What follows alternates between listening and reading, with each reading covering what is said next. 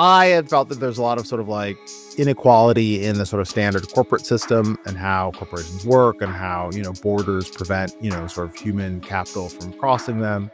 I really thought that we could basically incorporate organizations on the internet rather than in legal jurisdictions, and that we could use software to incorporate them. And this software could define the relationships and mechanisms by which organizations came to consensus. If you create an organization in software, it can actually scale to billions of people, billions of dollars, and it might exist for 15 minutes, something that's not possible in the traditional world. And it brings incredible amounts of scale to creating organizations. Welcome to Epicenter, the show which talks about the technologies, projects, and people driving decentralization and the blockchain revolution.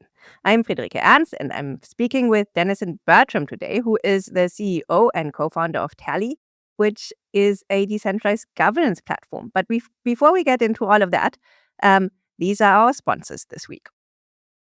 If you're looking to stake your crypto with confidence, look no further than Chorus One. More than 150,000 delegators, including institutions like BitGo, Pantera Capital, and Ledger, trust Chorus One with their assets. They support over 50 blockchains and are leaders in governance on networks like Cosmos, ensuring your stake is responsibly managed. Thanks to their advanced MEV research, you can also enjoy the highest staking rewards.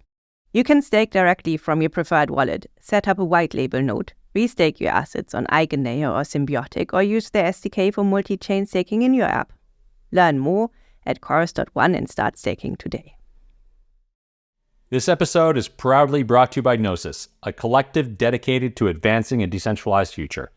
Gnosis leads innovation with Circles, Gnosis Pay, and Metri, reshaping open banking and money. With Hashi and Gnosis VPN, they're building a more resilient, privacy-focused internet. If you're looking for an L1 to launch your project, Gnosis Chain offers the same development environment as Ethereum with lower transaction fees. It's supported by over 200,000 validators, making Gnosis Chain a reliable and credibly neutral foundation for your applications. Gnosis DAO drives Gnosis governance, where every voice matters.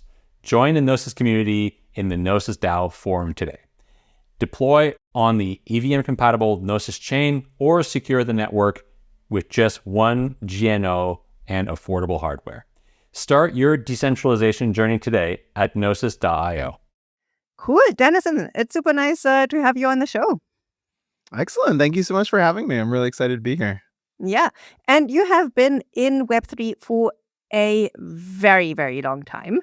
Tell us about yourself and kind of like your provenance and what brought you into this space. Yeah, so I've been in Web3 almost since the start. I really got involved in earnest in 2011 when I had read the Bitcoin white paper and it really clicked for me at the time. It was just this thing that I read it and it just made total sense, right? Like, having gone through like 2008 and sort of seeing what, happened in terms of like, financial policy, fiscal policy, and, what happened to a lot of my friends in terms of just like what happened to their careers and jobs and opportunities. Bitcoin really just like stood out to me. It's like, oh, this makes sense. This is a narrative for the future. And it was pretty interesting at the time because there wasn't really, I felt like anything else that was really competing for ownership of the future, right? And Bitcoin was this sort of like very revolutionary paper, but more revolutionary than I think people give it credit for. It was really a statement about using like the power of like math and mathematics to upend, the control of the state over money, right? And it really leaned into this idea that like money is imaginary in the first place. And that means that, anyone can create it, but to be successful at creating it and not have the power of the state to sort of like, enforce it, you had to use something that would be universally secure for everyone. And of course, that was math. And, that just struck me, the sort of elegance of it. And, it was something that I just immediately got into. So I, started mining and got really involved in a lot of the early altcoins. And that was really my start. Since then, I've done a large number of things. I started one of the first Bitcoin exchanges of the Czech Republic a year later in 2012. That was a very scarring experience, but it was very educational. For a little while, I was working on like a Bitcoin hardware wallet. at the time I had a other career. I was actually a really well-known fashion photographer in Europe, and I started a creative technology business. So I had actually started doing a lot of like creative technology implementations around a lot of stuff just in general as like the sort of fashion industry came online, but also around like the application of things like Bitcoin and supply chain tracking and how we could use it for provenance of like art. I was an early employee at Open Zeppelin, and I first met Manu, one of the co-founders of Open Zeppelin, in 2013 when he was working on a project called Proof of Existence. And that was like a timestamping service built on Bitcoin in 2013. And I had been really interested in using that to like um, do early NFTs, like using that as like the provenance for art. I've been in the space for a really long time. That's at this point ancient history. Sometimes people talk about now on crypto Twitter like how many cycles they've been, and it stretches back all the way to like 2017. And it's funny because even in 2017, we had already done everything in a really strange way. This sort of came up recently for me. I was at an event and people were talking about like decentralized AI. And they were like really talking about like there's all this unused GPU power out there of like teams, like people who've got extra GPUs so we can put them in this decentralized network and decentralized processing. I was like, wow, like crypto people were working on that in like 2013, Yeah, like do a you remember decade. Golem? Oh yeah. Yeah. But even before Gollum, right? There was Made Safe. Yeah. And what was the other one? There was another one as well that they were trying to do these like decentralized processing networks. And so it's funny to see, to have been in the space so long to sort of see everything come around again and again and again. We're sort of like back at that phase of like a bear market where we're all talking about like um mass adoption. And it's just like, oh man, I've been like listening to the mass adoption like it's almost here. People are like, we're still early. I'm like, really? Because I feel like I've lost hair, I've gone gray, like I've been through this like countless times, and like we're still not there yet. It's still early, right? The journey's been very long. I think though, kind of interestingly, maybe finally, it's not that it's coming to an end, but like maybe finally like crypto will move on, right? Like, it's pretty amazing that blockchain Bitcoin started as this really like political statement. Like we can affect political change through code, through sort of like the free speech of like encryption. And that power has won, right? Like I used to say this thing which now sounds probably really controversial, but now it's sort of like a little bit of an anachronism. It's kind of funny, but I used to say that like Bitcoin was an example of being like a revolutionary without violence, right? You could use technology to affect this political revolution without violence. And it was really fascinating the past 10 years watching that sort of like really culminate in how the Biden administration treated, us shadowy super coders, and, and use language like, Elizabeth Warren, she's going to create an anti-crypto army, right? To go to war against the shadowy super coders, just hacking away, doing open source, giving away their like time, energy, and lifeblood for free to the internet.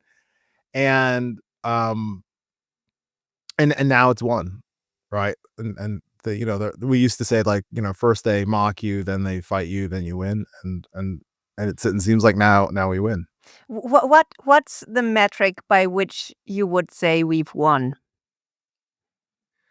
Well, I think the obvious metric is the president of the United States is all in, owns tons of crypto, has promised a strategic Bitcoin reserve, which, funny enough, I actually suggested, I think it's probably somewhere in the... It's a bailout for crypto. It's like 2008 all over again. It's very funny, I think, to like, there's that whole, there's all these sort of like adages that sort of like become so fun to use, but you either die a hero or live long enough to be the villain. So it's like Satoshi or Bitcoin lived long enough to be the villain in some really weird way, right? But but I mean, if you kind of think about kind of the reasons for which I assume you and definitely me kind of got into the space for it, it was kind of like this idea that you could build things on this new form of the internet that previously you couldn't build. So kind of like you could have these shared ownership structures, you could have individual agency, kind of you would have the ultimately resilient and efficient kind of substrate to kind of build stuff on top of. You would have platformification and with that kind of a radically better user experience for your users and so on. And while I do agree that kind of like, yes, the president of the United States has launched more than one shitcoin, I would very much say that this was not kind of what got us here in the first place, right? So kind of like in the process of kind of like winning, kind of that version of crypto that kind of we came here for, it was marginalized. Would you? So this is why I'm kind of pushing back on the kind of like we've won. I think kind of like, yes, someone's won, but it's not kind of like who I am and used to be. So I have a little bit of a take that's probably going to come across like a bummer, but it's like it's a little bit of a multi-part take.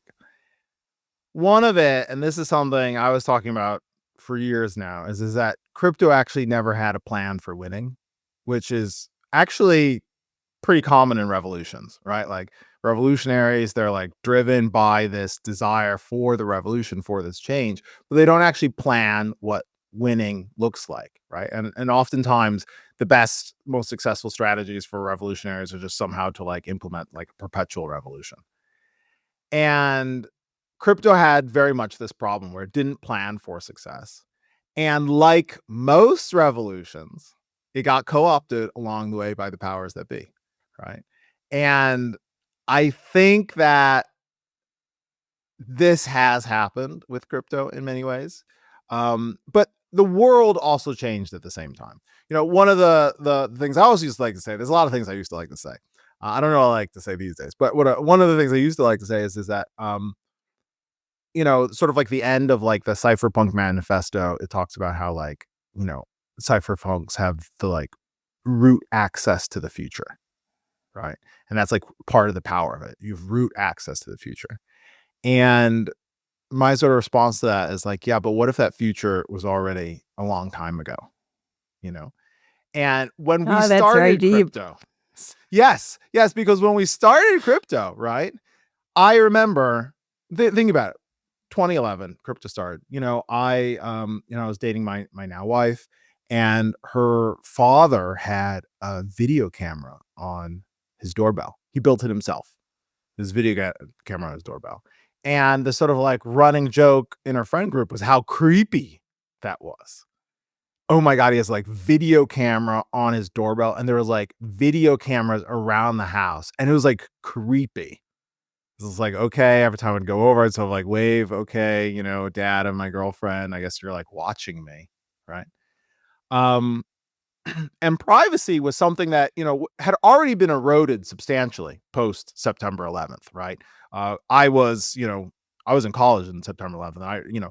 People today don't remember a world where you flew without security checks and you flew where you could go visit the pilot up front, where people trusted one another in society, right? Like people don't remember America and American freedom and global freedom before September 11th. It was a big difference, right? Like September 11th really chilled the nature of freedom. You know, freedom went from the freedom to the freedom from, which is very, very powerful and very sort of like autocratic switch, right?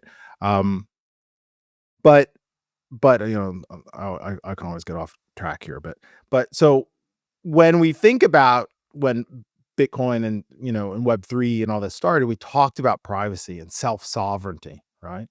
And you fast forward to today, and everyone has a video camera on the doorbell, right?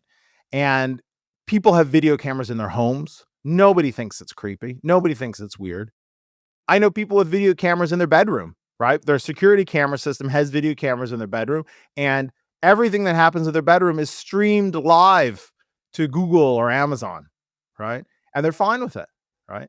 So a lot of the values that we had when we came into the space actually are no longer values that society really hold, right? Like privacy. What is privacy today? You know, before people would be like, well, I don't want the government looking at naked pictures of me. Today, there's a million people making naked pictures of us using AI every minute, right? Like nothing is real anymore. We don't take anything to be real. Any information you might particularly give us, before there was a sense of like you needed privacy because information somehow had truth. And that truth is like very scary if it was like something private. But today, nothing is true, right? Like it doesn't even matter if it actually happened and people saw it with their own eyes. Like, nothing is true anymore.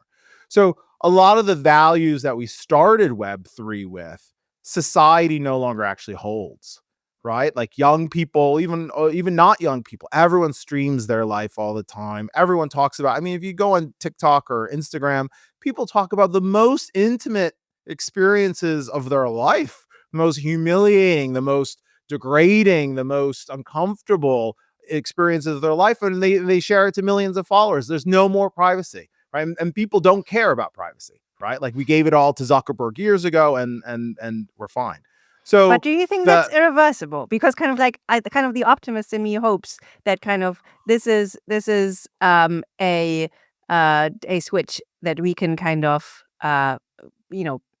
push back on and kind of revert to this state of privacy by default. So, and I think kind of like, I don't object to kind of like people streaming their intimate lives on whatever service. I don't care about that. But I think kind of like you should be able to kind of live a privacy, a pretty private life if you choose to do so. So to me, it's kind of about the choice. And kind of like just because a lot of people don't value that doesn't mean that kind of like the choice itself doesn't matter. So I agree with you. The choice does matter. But I kind of think two things. First, I think it's generational. So, and I actually think everything is like generational and like cohort based generationally. So I don't think that actually we can like teach new generations things that they don't sort of like naturally come to on their own. But also I think there is this interesting trade-off. Like, I'm not sure. If you spent time in the Americas in the 1990s, you were able to feel the moment. In the 1990s and the early 2000s, you could feel the moment when you were losing your privacy. And that's because we converted to the society that had credit cards and cell phones. And what happened was very slowly, you couldn't access society without tools that innately spied on you. Right. I remember going to like Blockbuster and trying to like rent videos when I first was going to get my own Blockbuster card. You had to have a credit card, right? Like you couldn't participate in, renting a hotel room. You couldn't participate in renting, hotels existed before credit cards, but you can't book a hotel today without a credit card, right? So you can't use a hotel today without giving up your private information, your privacy to the payment processors and all the different entities that exist in that sort of like data pipeline. So society slowly moves in a direction that actually forces you to give up your privacy, or it sort of forces you out of society, right? Where it's just like, well, if you don't have a credit card, you can't use Uber and you can't fly and you can't have a hotel. So yes, you're welcome to have privacy, but you're also no longer able to like participate in society in general. Certainly in many parts, in America and a lot of like, Western cities, this has sort of become de facto, right? It'd be very difficult to like exist without it.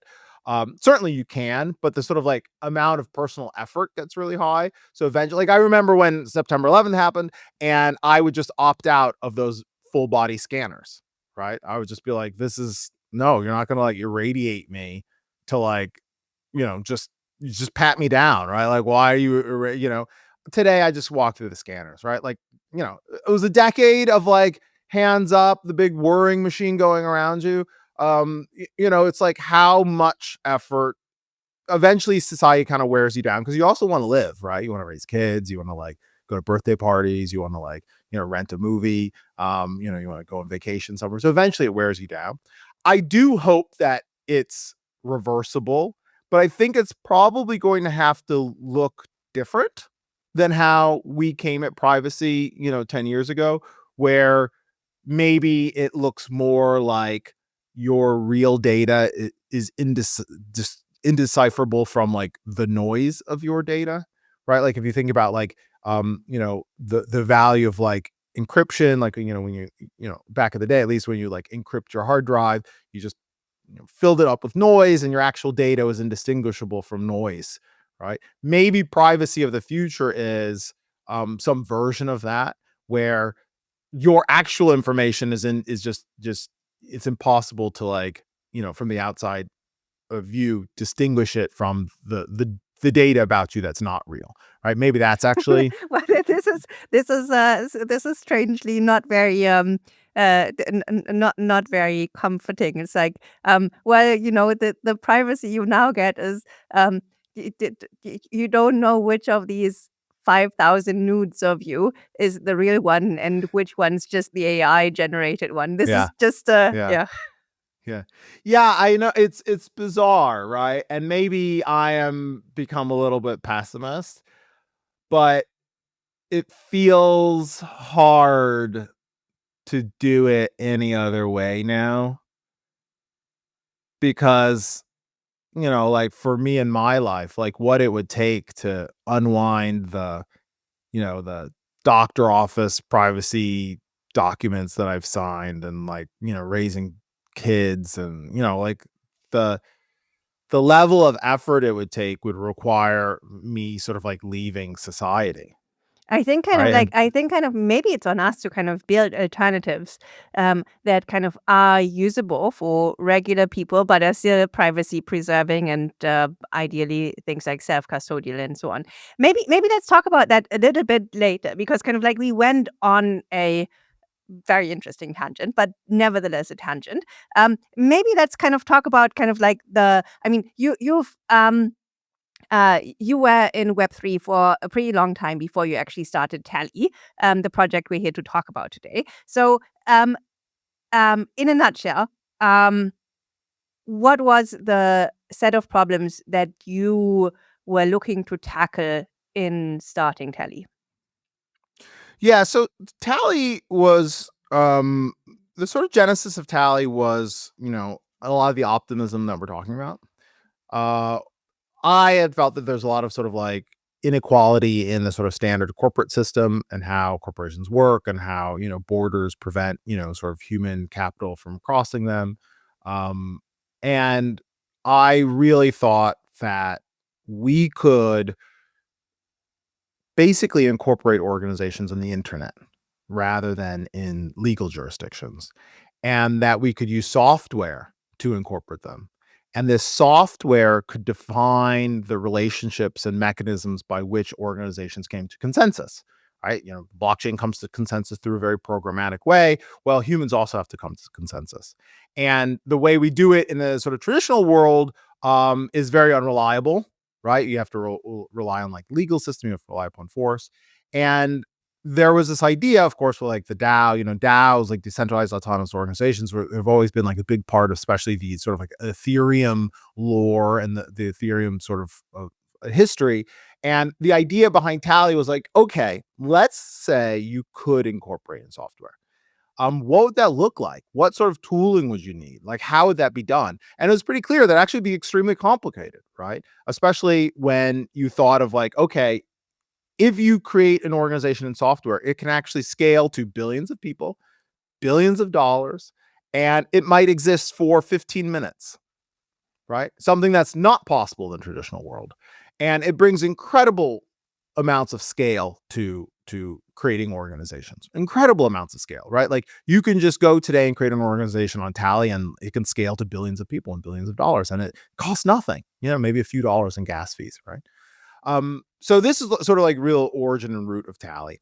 And at the time, a lot of people were thinking about DAOs. Me and my co-founder, we used to like talk about them. We were really interested in them. But the early incarnation of like DAOs, with an exception for the DAO, was really kind of like these cooperatives on the blockchain. They're sort of like very utopian ideas of like social society structures built on the blockchain. And for us, it didn't really seem particularly useful. It was like, okay, that's nice, but I'm not going to live in a smart contract, and I don't need to like, use all the sort of like obtuse tools to sort of like negotiate these things. But then we saw the sort of like start of DeFi, right? Particularly compound finance. And they launched a DAO to operate compound finance. And it became really clear what the opportunity was, which is there are not only going to be DAOs, these decentralized organizations, but first there are going to be protocols. There are going to be software things, protocols that are very valuable. They have a lot of money. They generate revenue. They control very important smart contract parameters.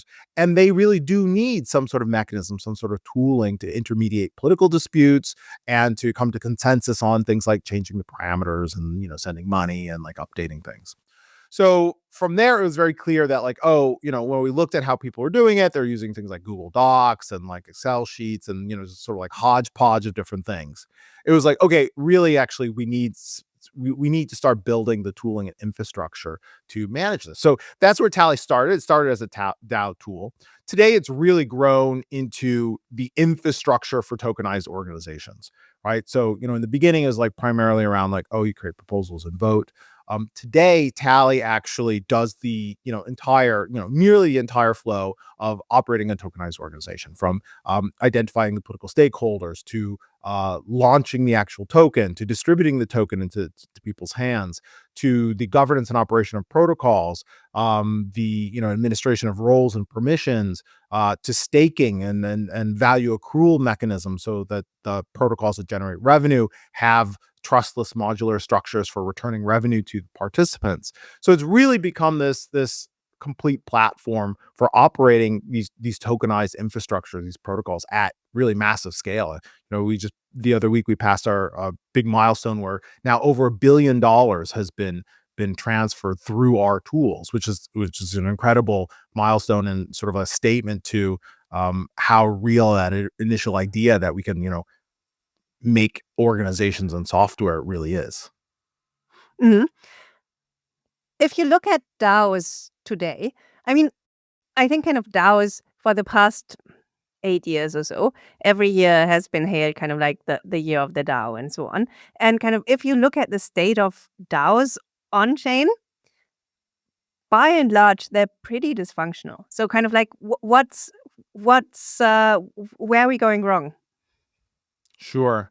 So you're not wrong, but I think it is useful to compare it to the alternative, right? There is a corporate entity structure in every jurisdiction on the planet. And by and large, the vast majority of companies are dysfunctional, poorly run entities that eventually fail, right? The vast majority of them, right? None of them live, almost none of them live for hundreds of years or even decades, you know. So it is useful to say to like put into comparison that with DAOs, there's a level of transparency that's currently part of the sort of like ethos of a DAO. Maybe the transparency doesn't actually have to be there. That's sort of like another question, which might solve some of these problems. But corporations don't have that level of transparency. So because we don't see what's happening in regular corporations, we don't see how dysfunctional they are. It's only when they, Enron is a great example. It's only when they like spectacularly collapse, or Lehman Brothers, that we sort of realize like, oh, it was a shit show all along, right? But that isn't to justify the fact that there is a lot of dysfunction in DAOs today. I think there's a number of different reasons for this. The structure is still new, still pretty early. So I think early. there have been it's still early. It's still early. Yeah, look at that. Maybe it's so early is just an excuse for not doing a good job. Oh, well, we don't have mass adoption yet because it's so early, It's or early. we're It's doing a early. bad job. Yeah, there's been a lot of dysfunction, and it has been disappointing. I'll admit it's been disappointing. I think that there's a lot of folks now looking at ways to improve this, and I cast a lot of blame actually on the previous administration, on the Biden administration, and the Gensler SEC, where a lot of the ways that DAOs in the past, 4 or 5 years have been deliberately structured to just play this kind of like acrobatic yoga twisty thing around regulations to make it possible, right? Like when you think about how, you build something in America and then you make a foundation in the Caymans and then you have a agency in the British Virgin Islands that like contracts an anonymous dude in like Chile to like launch a token that's transferred to the BVI that goes to the foundation, which goes back to the company and is then airdrop. It's really kind of like many of these structures were set up deliberately to make it not work, right? You see this with meme coins, right? Like the industry has been hurt so much by this sort of it's not even legislation, right? By these like rulings that make us contort into deliberately non-successful structures. And the great example is the sort of like foundation setup and design. Um you're a founder and you create this idea. And now to make the idea work, you have to really protocolize it and have a token. But to do that, you have to have another entity that does the token. And that entity has to be totally separate from you. So you now have to give over control over what you're building and what you're trying to do to another entity that deliberately has to not be connected in any way. And you instantly create an opportunity for there to be divergence in goals, right? And this has been kind of like a root of, if you talk to like a lot of the lawyers in the space, especially in a lot of the people who've, had to build these DAOs, this sort of like regulatory acrobatics has made it very difficult for these organizations to be successful, right? They're set up deliberately to have to fight really hard to make it work. And then a lot of the energy and effort goes into kind of making it work rather than working on the thing that the project is about in the first place. 100% agreed, but wouldn't you expect, if that is kind of like the main cause of dysfunctionality in DAOs, to kind of have a number of grassroots DAOs kind of that are not incorporated anywhere, that kind of just kind of chug along kind of in their anon kind of universe and kind of create value? So kind of, because in principle, I mean, because what you're describing very much arises from the fact that there is this duality in systems, right? So kind of we say kind of like, okay, the organization should live on chain, but kind of like obviously things that kind of live on chain are constrained technically, at least kind of by legacy legal systems, right? So by kind of saying, okay, we will bow to that ahead of time before anyone even comes to us. I understand that creates a lot of overhead and distraction and so on. But why aren't there more functional grassroots DAOs without any legal setup? So I think there's a couple reasons there. And the first one is that I don't think that situation that you describe actually can ever exist. And I think Compound is a great example, right? The Compound DAO there's no legal entity behind the Compound DAO currently, right? And the result of that is that you have these sort of shark private plaintiff lawyers who buy $1 worth of Compound, and then it goes down to 90 cents, and then they file a lawsuit, and they go after anyone they can find, right? So if you hold tokens, if you're a delegate, if your name is on it, they go after you, they name you in the complaint. This is what happened to Pool Together, right? Pool Together was a DAO, a really cool organization, and they ended up spending all their money and all their time and resources fighting these private plaintiff lawsuits where they were, people in the DAO were named personally liable for this sort of like general partnership. So unfortunately, you can't, unless you have like complete anonymity, which, goes back, I think, to your earlier point around privacy. It's very difficult to actually have that state of a truly, decentralized org that doesn't have any of this, because the regulatory setup allows these private plaintiffs, legal folks to actually just go after any person they can find. Right. And this has happened. This is, there's these groups of law firms that go around, they raise money and they just, pick off these projects one by one. So I think that is majorly a big blocker into making that sort of setup that you describe actually work. Rune with Maker for a long time, was trying to require everyone to be private, to be anonymous, because this risk is very real, right? Like if they go after you and they say that's a general partnership, they go after you for your dog and, your children's school fund and your house, right? So, I think that, again, it goes back to regulations where you actually can't have that because there are these opportunistic entities who will just find any individual and hold them liable. I think that's kind of the root of it, because if they have a that, US angle, right? So kind of like if you're just someone on the other side of the world, say kind of like you're someone in the Philippines, what would stop them from starting an organization like this? well, I think it wouldn't. But what it does mean, though, is many actors who might be high quality participants won't participate. Your access to things like on ramps and off ramps or trading locales is very limited. Uh, all these things in aggregate work against your success, right? And if you do deal with US persons in any way, shape, or form, those people become exposed. So yeah, you can certainly have an organization completely firewalled from the US. Maybe part of that is I don't really know about them, right? I'm in the US. I deal maybe more with like US entities. But it definitely limits your ability to have success. But this isn't the only cause. This is just like one of many things. I think probably what you're getting at is that like people are messy and kind of like shit on the internet, and they're very difficult to like, coordinate to do useful things together.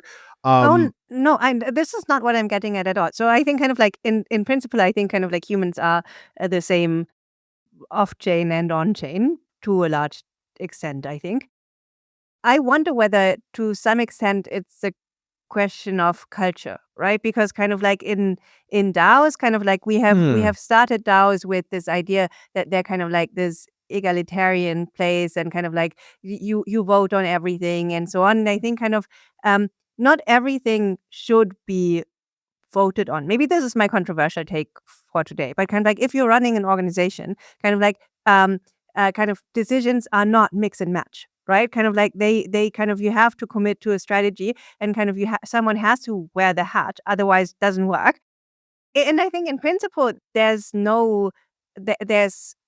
this is not impossible. Kind of you could have a very hierarchical DAO, but somehow that's not in our culture understanding of DAOs. So DAOs don't have a CEO, and maybe they should. Yeah, so I think you will see most DAOs have a CEO going Yeah. forward for the Okay. reasons you describe. Um, I it disappoints me a little bit, but I do think it's inevitable, and it's actually probably good, especially in this period that sort of feels very intermediary, like it's sort of like a in between time. Um, for some reason, especially right now, I think going back to like our principles, there was a time when maybe we were looking towards more decentralization, and actually much of the world has kind of gone more centralized, right? Like there's a very strong authority streak right now in the world globally.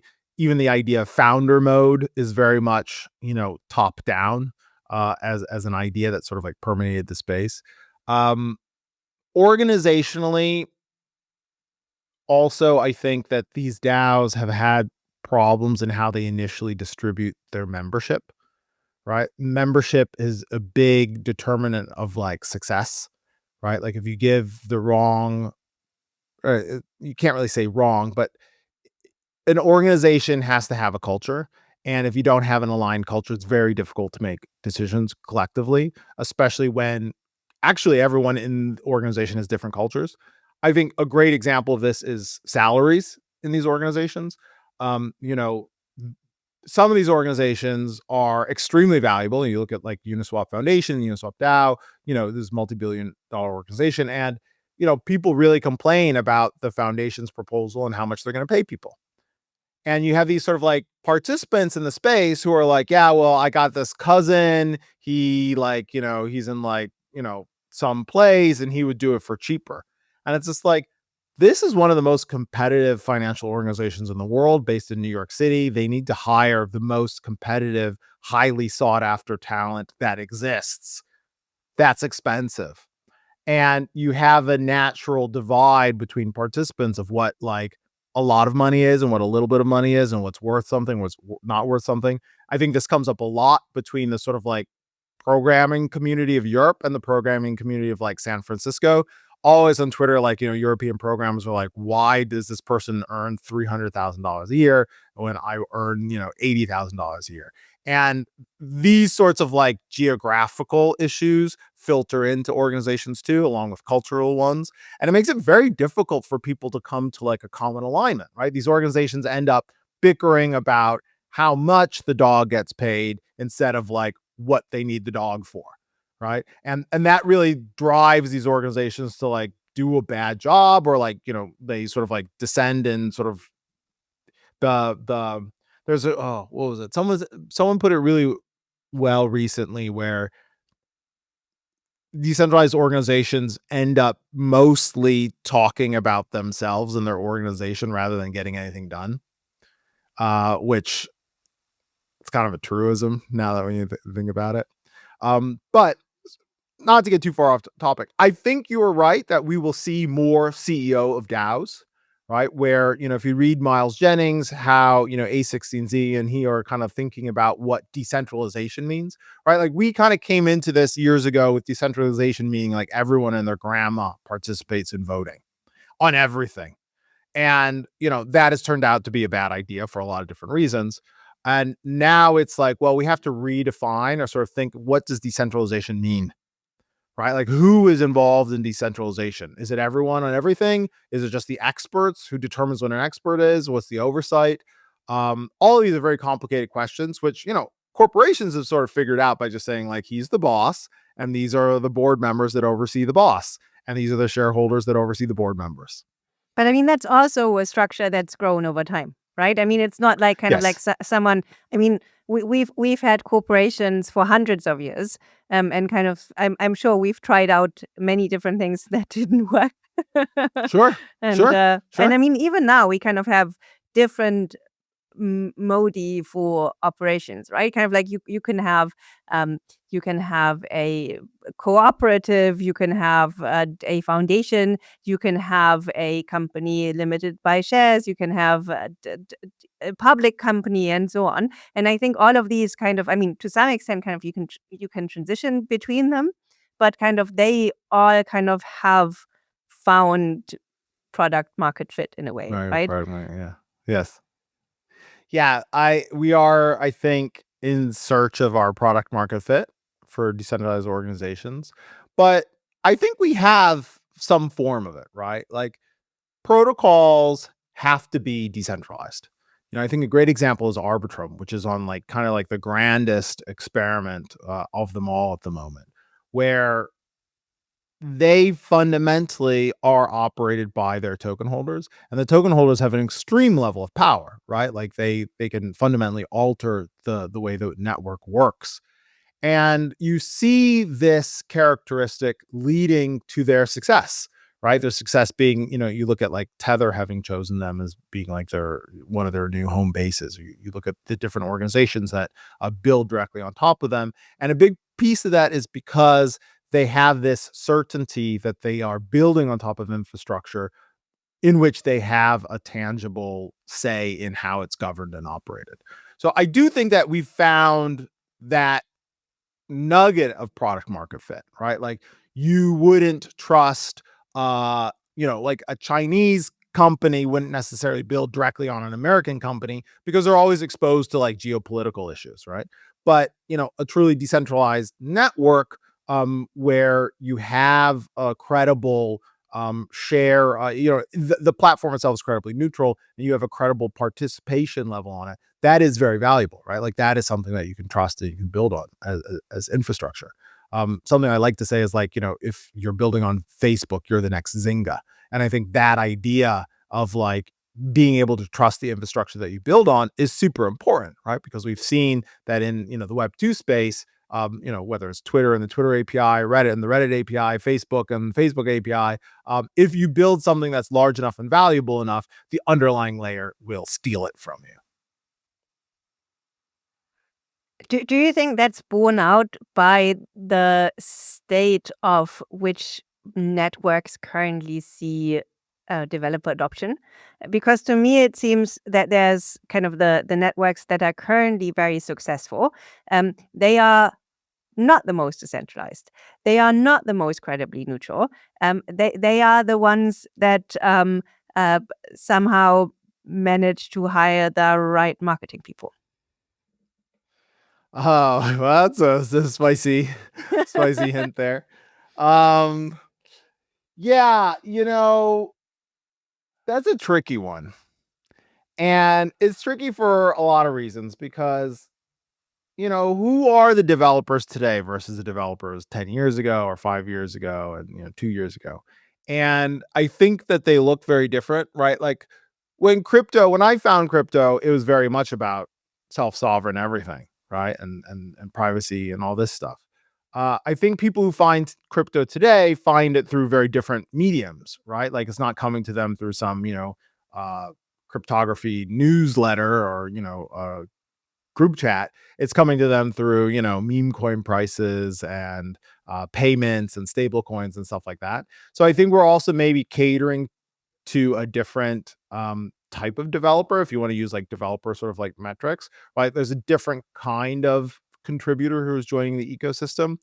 And I think I think a great example of this was NFTs and video games, right? Like a big selling idea behind NFTs was like, wow, video game, if you participate in a video game, you could own your loot and it would be portable between games. And this is actually genuinely a really awesome, amazing idea. But the larger video game developer ecosystem came to NFTs through like Bored Apes and like $1 million JPEGs, and they hated the idea, right? And then we could never get them off of that, right? Like they were like, oh no, Ethereum, it burns the rainforest and it's for dumb JPEGs. It's just like, no. We built this thing to like make it better for everyone. And they were like, only heard the scam and they entirely rejected it, right? So we sort of like missed out on our entire like premise because they came to it in the wrong way. So I think today's developer base doesn't really come to crypto through the cypherpunk values or the Web3 values, right? And in fact, I think, a lot of criticism are going around is that we don't do a very good job of even like expressing those, right? For a long time, the words world computer just stopped being used in the Ethereum space, right? It went from like world computer and like all this stuff to, effectively just money, which was good for the price. And, I wouldn't mind some aspect of that coming back, but that changes who comes in and builds. And the centralization component, it's efficient, right? The centralization is efficient in these organizations. It means that, someone is tasked with the responsibility of making each one of these developers who come in the door feel good and feel recognized and feel unique and feel special. And that drives participation, right? You want to be somewhere where people are excited. I go to both Ethereum conferences and I go to both and Solana conferences. And, one of the things that struck me about the last few Solana conferences I went to is that everyone's really excited about making money, but really excited, right? They're like, wow, we are all here. We're going to make money. What are you building? I'm building money. Oh, I'm building money plus. I'm building money plus. I'm building money with JPEGs. And everyone's like really psyched. And that sort of real clarity of purpose, I think is extremely powerful for that community, right? But you definitely don't have people saying like, oh, actually we need to start decentralized, right? Like you don't have that. You have a very different ethos, and that's totally fine, right? Like this is not in any way a dig. This is totally fine. Like there are so many more ecosystems in crypto today than there were in 2011, right? In 2011 there was just one, right? There's actually a couple really soon after that, but today there's just thousands of the communities. So, you know, some days it's like you wish it were a bit more decentralized, but some days you recognize that there's going to have to be some like path in the middle to make sure you get to that product market fit, to make sure you build something that works, that people need, to make sure that like you're focused on the task at hand rather than sort of like this real owneristic, just like it's about how we organize all the time, you know? Yeah. I think kind of I'd make the point that kind of like decentralization in itself is not a value. It's not something that people should pay to have. It depends on the use case, right? So kind of like there's many things for which it's totally fine to kind of build on a proprietary network somewhere. Just like kind of like I have stuff running on AWS. But yeah, there's other things like I don't know, for instance, if I had my identity on chain, I would be very worried about having it on a poorly decentralized chain. So we've talked about kind of like the general DAO space for a pretty long time. Tell us about kind of the things that are currently on your plate at Tally. So kind of what are you guys working on? What are you excited about? What do you think is going to move the needle on how DAOs operate in the future? Yeah. So at Tally, we are really excited about this new political landscape. We can now build organizations, or it looks like we can now build organizations that are more functional, that have more focus on success early on, that allow founders to have higher agency, that allow teams to build more transparently, with a lot of like the sort of like shackles and limitations taken off. So we actually think that we are probably closer to the original vision of like being able to, incorporate organizations and software than we've ever been, which is incredibly, exciting. Obviously the whole global economy is going through a little bit of a weird rough patch right now. And, I guess we kind of all have to see how that shakes out. But at its core, the idea now that you could just build an organization, you could or incorporate it on chain, you can have high agency decision making, but you can have a large community. And by community, it could be just people who have an opinion, or it could be actually like people who have power, right? And who have operative power is really exciting. For us, there's actually some pieces here that are still missing. Very early on, we recognized the need to have tokens that actually accrue value, right? The problem with governance tokens, and this is another big thing, historically, the problems with governance tokens has been that we've had to specifically state they don't have any value. And that negatively selects for the participants of your ecosystem, right? Because most savvy participants aren't interested in like the opportunity cost of like holding something that costs money but should be valueless, right? Like that's a horrible relationship, and that's actually been a big contributor to the success or failure of different organizations. So now we're building a lot of great modular tooling around value accrual for tokens. We've been working closely with teams around the idea of staking, using staking as this core primitive to drive the sort of like productive behavior necessary to operate protocols, which we think is really critical for their long-term success. We also have been working really closely with teams to help launch their protocols, right? Help launch their tokens. So really today it's about serving these teams in their whole journey and like getting them out there. Because if you look at kind of like the history of like where the stock market has been in terms of like, IPOs, as sort of stats here, right? In 2024, there was around 220 like IPOs. In 2022, there's like 175. When you look at how many organizations are actually launching, on software today. It's really pretty incredible. And when you look at how many of them are doing it on top of Tally, right? Like just the number that like we've passed $1 billion in payments, like money moves on the platform, really shows that like we have this really exciting opportunity to really compete with the wider ecosystem of like how do companies sort of like chart their path forward, right? Maybe we're going to even get to the point where companies are going to realistically, look at Tally and say, hey, we would like to go token instead of even going IPO, right? Like this is kind of like this idea that really has gotten us very excited, where we could actually be an alternate way for this new kind of organization to really go public in a sense, but in a very different way, and obviously within, now a clear regulatory framework. Yeah, this kind of very much rings of 2017. And I think kind of like this, the kind of ICO era in some way kind of it's been maligned needlessly over the past couple of years. I mean, yes, there were pretty bad ICOs out there, but there were also a bunch of really good ICOs out there. So I think kind of like having this way of doing a crowd sale without and kind of having an investor base that's not necessarily kind of accredited investors only, and that's not that doesn't kind of require you kind of have a prospectus and whatever. I think that is tremendously worthwhile, and it very much goes back to kind of like this vision of shared ownership, right? Kind of that we talked about in the beginning as kind of like one of the core tenets of Web3.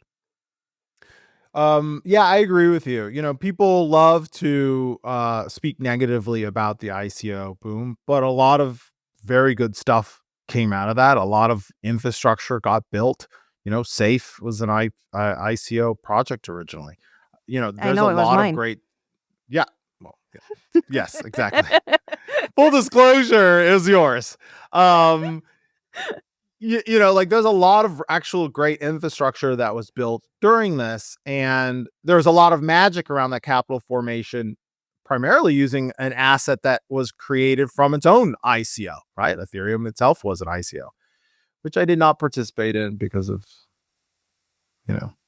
Sorry about poor that. choices, poor life choices. So yeah, in many ways, like, going back to the sort of like certainly our original vision, and I think a lot of people's original vision, we can do incorporation vastly cheaper, faster, more efficient, greater scale by using software as our jurisdiction than we can using Delaware and the state registrar's office. So what we would like, of course, we don't want a world coming back where I think people love to knock like Dentacoin, the ICO like for dentists, like that's like the running sort of like punching bag. Although I will note that they might even still be around, but most businesses aren't a success anyway, so it's hard to hold that against And them. we've seen the But same with IPOs, right? I mean, kind of like, yes, we have Google, but we also had pets.com, right? And kind of like exactly. that went exactly the way that Dentacoin went. So it's Exactly. And I hope that actually we get really clear regulation around this, because the efficiencies and opportunities here for builders, and I would be remiss if I didn't mention for the Made in America builders, is incredible, right? Like that sort of like efficiency, that opportunity is, you can't really ignore that, especially today when, we are finally even contending with the idea that maybe even like AI and machines are going to start companies and build software and stuff like that. So yeah, I would very much like to see, we're very much positioning ourselves for a world where regulatory clarity allows us to build many more exciting things, where founders can, maintain control over their vision for a lot longer, so that they can get to, PMF. I